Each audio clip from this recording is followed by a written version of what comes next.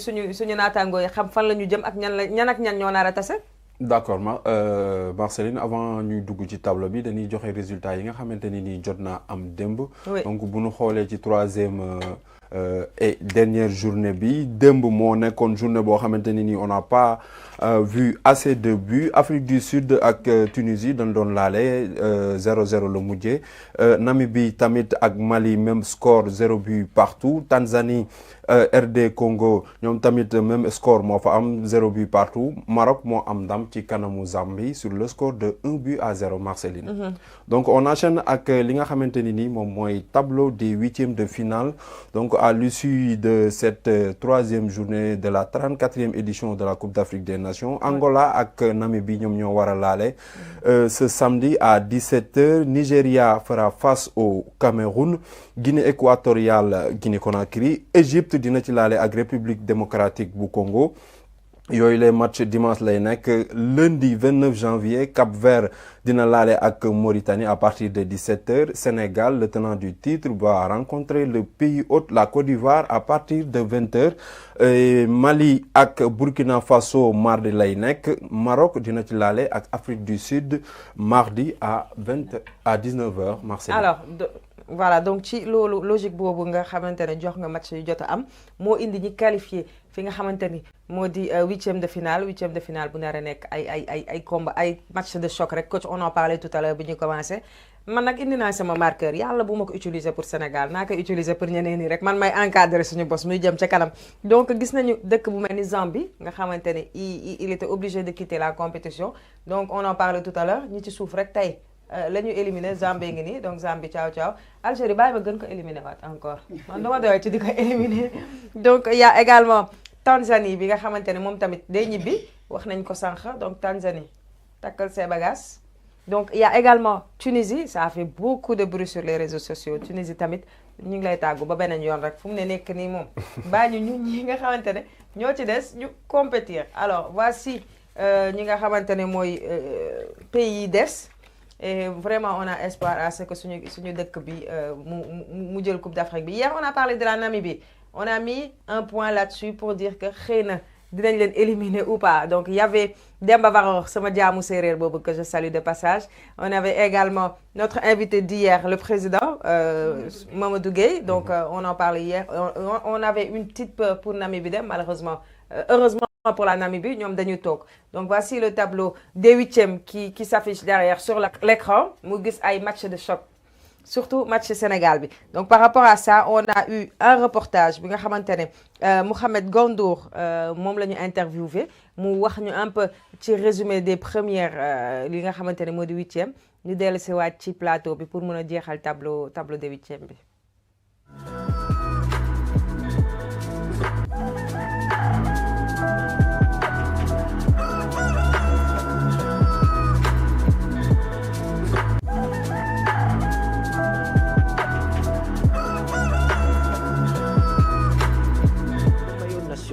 Fièrement exposé, Mohamed Gandour tire un bilan satisfaisant des 3 premières rencontres des Lions. L'expérience et la jeunesse, parfaite alchimie, l'apport des milieux de terrain a porté ses fruits. Ce qu'il faut surtout retenir, c'est d'abord la profondeur du banc de cette équipe du Sénégal. On a vu avec ce milieu de terrain inédit, Pape Matar Sarr, Lamine Camara et Pape Gueye, beaucoup de jeux, beaucoup de combinaisons, des incursions à l'intérieur, surtout des transmissions rapides. Le discours du coach Aliou Cissé a gonflé à bloc ses troupes, nous dit-il. Le Sénégal a fini de mettre tout le monde d'accord et surtout Aliou Cissé a montré qu'il a fait son évolution par tous les systèmes de jeu et toutes les animations qu'il arrive à utiliser, qu'il arrive à mettre en place pour le Sénégal et qui posent d'énormes problèmes à nos adversaires. Le consultant sportif a mis le curseur sur les résultats inattendus depuis le début du tournoi. Sur ce match spécialement de l'Algérie et contre la Mauritanie,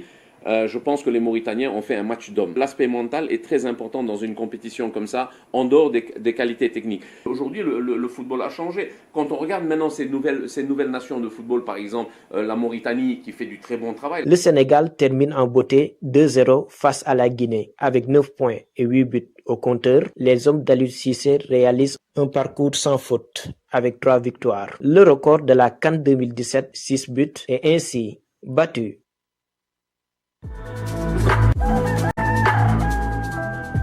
Merci beaucoup à Salif Ba pour ce reportage. Alors, nos moments de reportage, c'est nos moments de regarder ñi nga xamantene ñom lañu jëli won sur le terrain. Mais c'est le moment de déguster aussi le magnifique petit déjeuner yi nga xamantene suñu traiteur yi may nañ ko.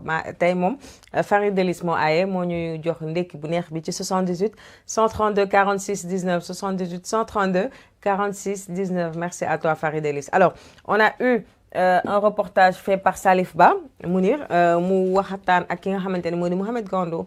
Il a parlé de la mentalité dont on parlait tout à l'heure, de Aliou Cissé. Il a parlé de cette fougue qu'il a et de cette stabilité morale qu'il a en ce moment.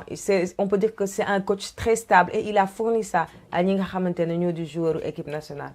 ñu waxtaan également ci Mauritanie ak Algérie bi nga xamantene xaar ma éliminé waat sax Algérie. Éliminé waat Algérie. Algérie bi nga xamantene génn na ci course bi. Que penses-tu de reportage bi? D'abord, quand je vois le tableau des huitièmes, dafa am benn affaire bu ma frappé. Moi, tu sais, il y a deux modèles qui sont en train de s'affronter, si je peux m'exprimer ainsi. Parce que, d'une part, il y a des modèles qui ont été là pendant plusieurs années et qui ont valu satisfaction à des équipes comme la Tunisie, le Cameroun, la Côte d'Ivoire, etc. Malheureusement, dëkk yooyu ak Algérie, malheureusement dëkk yooyu dañu jàpp ne modèle boobu noonu bi ñu jëloon il y a quelques années. Il y a plusieurs années mooy dox ba léegi. C'est vrai. Et d'autre part tu as des modèles yoo xam ne dafa judd ci diggante bi. mooy bu Angola mooy bu Cap-Vert mooy bu Mauritanie. Oui. Et ça Mauritanie dañoo am équipe U13 am ci équipe U15 la Mauritanie est en train de travailler au niveau de leur fédération ils sont en train de faire des choses extraordinaires. Omar Abdou c'est le coach comorien. bi yóbboon daal Comores huitième de finale mu la ñu indi débauché ko. Et dans le staff il y a un Sénégalais El Abdoulaye Seck. C'est le analyste vidéo que je salue au passage. Aujourd'hui, lépp lu ma nekk ci football bi moom liggéey na ci je peux dire à 90%. C'est mon mentor. fépp laa koy wax. beneen affaire am mooy Cap-Vert bi nga gis ni Marceline. Cap-Vert nekkam fii du hasard de. Cap-Vert ay joueurs am gouvernement Cap-Vert mooy fay xaalis pour ñu dem Côte d'Ivoire kii Portugal ñu former leen foofu. C'est des joueurs yoo xam ne ils évoluent dans le championnat portugais et dans des niveaux supérieurs ak inférieurs. À partir de ce moment day am benn ossature benn base pour ñu ñëw jouer Cap-Vert day yomb. Et aussi, il y a un travail de recherche qui a été fait en amont dans la mesure où la fédération capverdienne de football, tout capverdien d'origine portugaise, judo au Portugal, il a démarché pour une comme Sénégal avec binationaux. L'Afrique du Sud aussi qui n'est plus à présenter, qui a l'un des meilleurs championnats, Mamadou Sundowns, d'ailleurs 6 à 7 jours titulaires dans cette équipe sud-africaine. Angola, les Palancas Negras, depuis qu'ils ont organisé la CAN. Donc c'est une équipe qui est là depuis des années. Donc c'est des modèles qui sont là, qui sont en train de donner satisfaction. C'est un du hasard. Du hasard. Donc nous avons dit que Mbaye Sène au bout de la ligne après nous